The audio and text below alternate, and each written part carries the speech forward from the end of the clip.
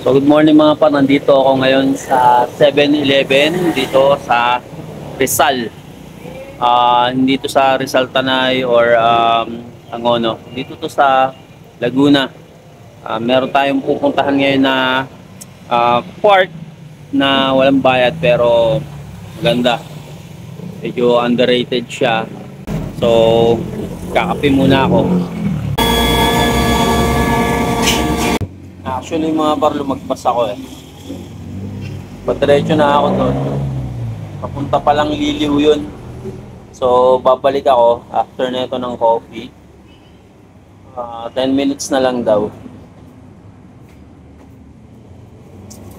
Pero, dun yun sa may papasok ng park. Mula dun sa may point na yon mga 25 minutes pa raw. So, ubusin ko muna to.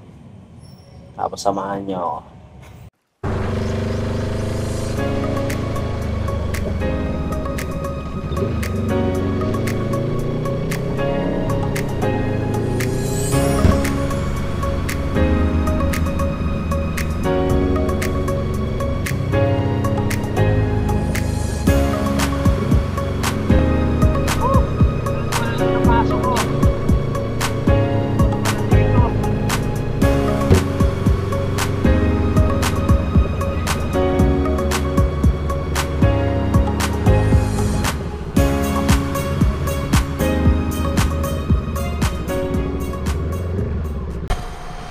Kung saan ko papunta. Dito bababa. So pababa ako doon. Ito muna ako kasi meron pa isang daan dito. Taas. Babalikan ko to mamaya. Titingnan ko saan to. Kasi maganda eh. Oh. Dito muna tayo.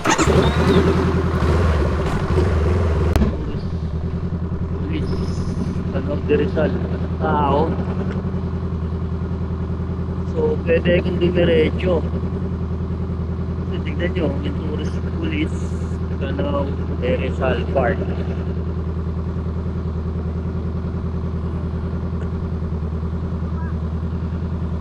Kapaba po.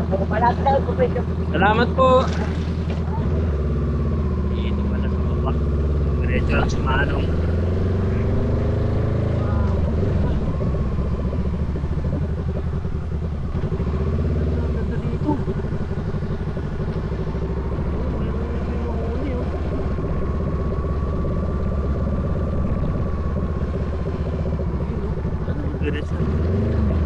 Salamat po. Grabe. Kailangan mag-park dito.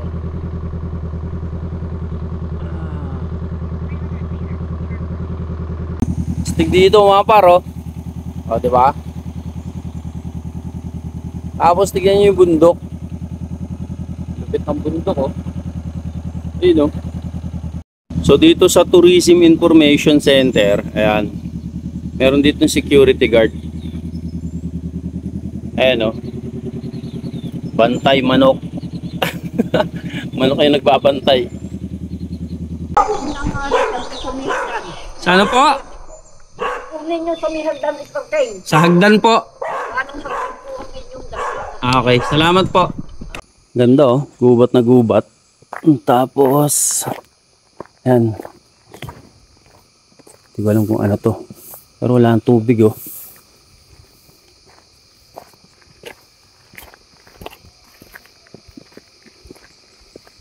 Supporting the environment.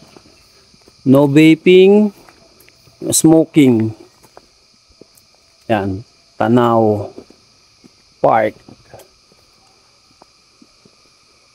Noah's Ark 930. Ay lo. 930 steps.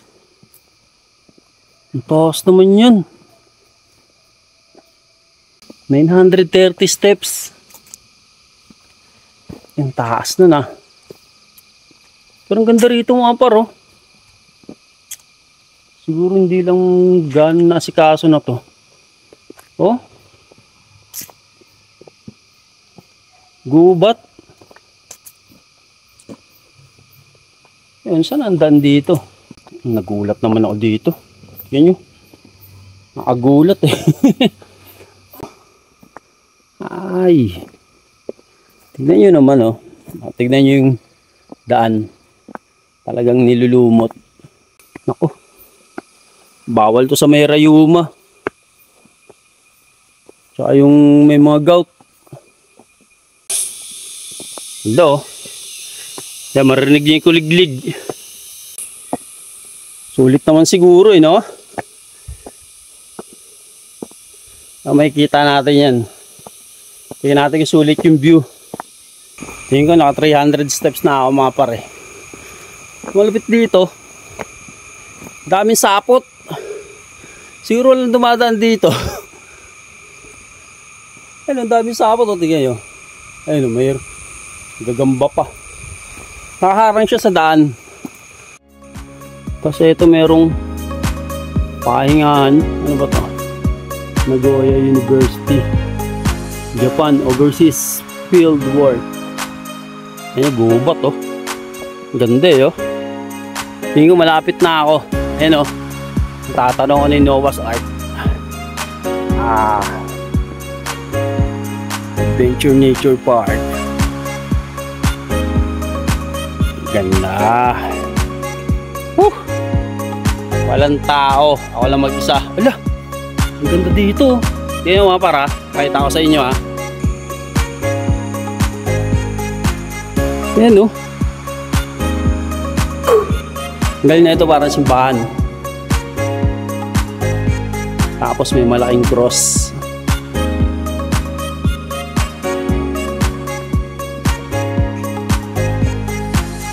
Oy. Ito yung cross. Ganda oh. Ala. Ang ganda dito mga par. Tignan nyo. Oh. Solid oh.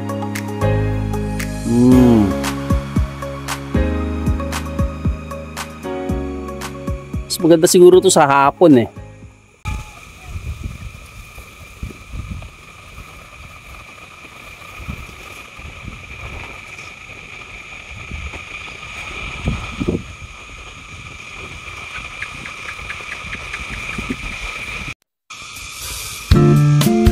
Mga para nakikita nyo naman dito.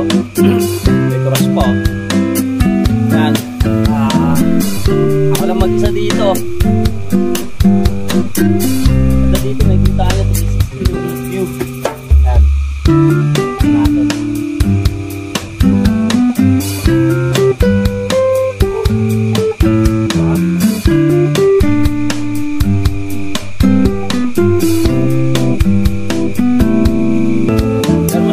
Nasa likod. Tingnan natin.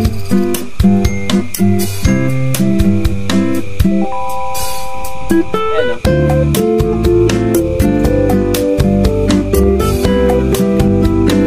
Diba?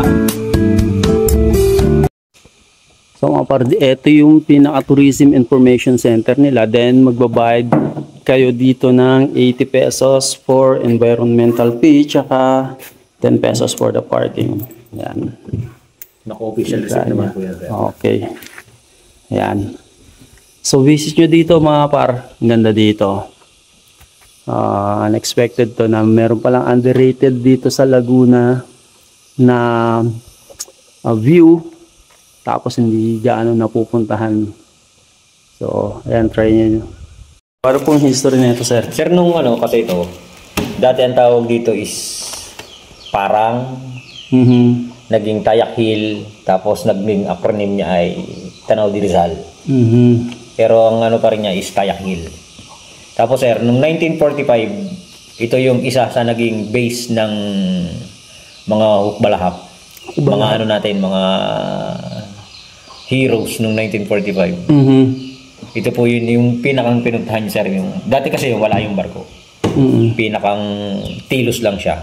Ang niya is Kugon lang po yung nasa paligid niya. Tapos doon po yung nagbe-base yung mga ating mga hukbalahap.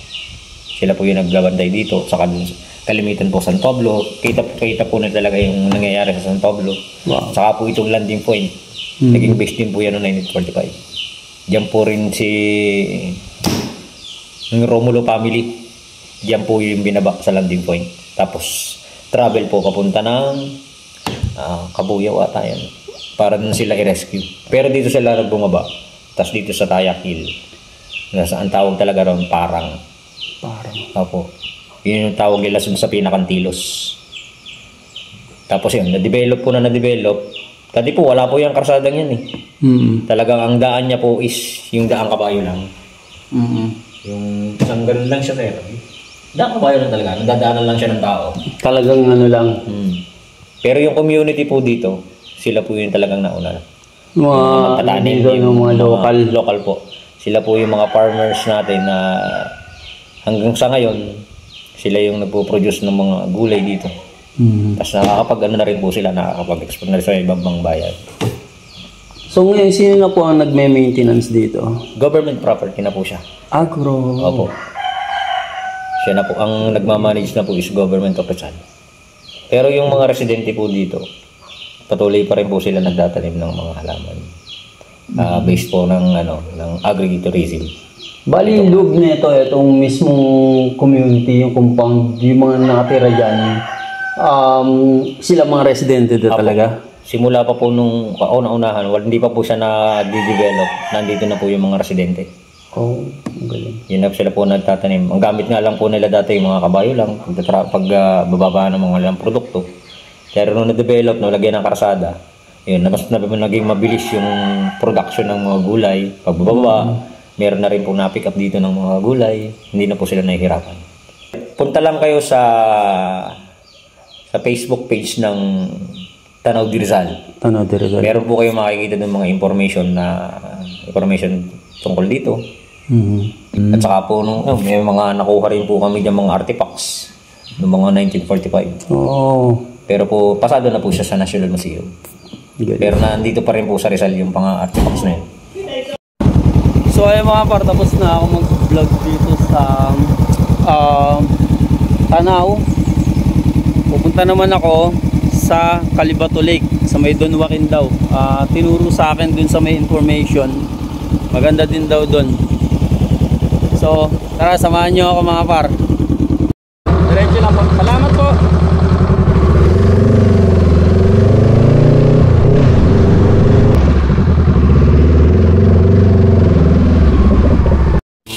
Dumiretso nga lang pala ako dito sa Calibato Lake, dito sa Don Joaquin.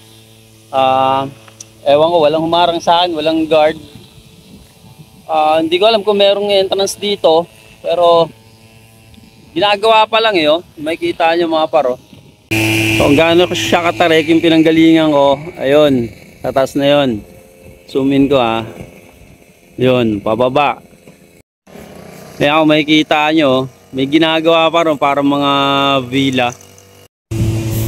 Eto, meron silang swimming pool dito mga paro. Ayun, meron silang bar doon, no. Yan. Ang ganda na ito, nipa hut na to.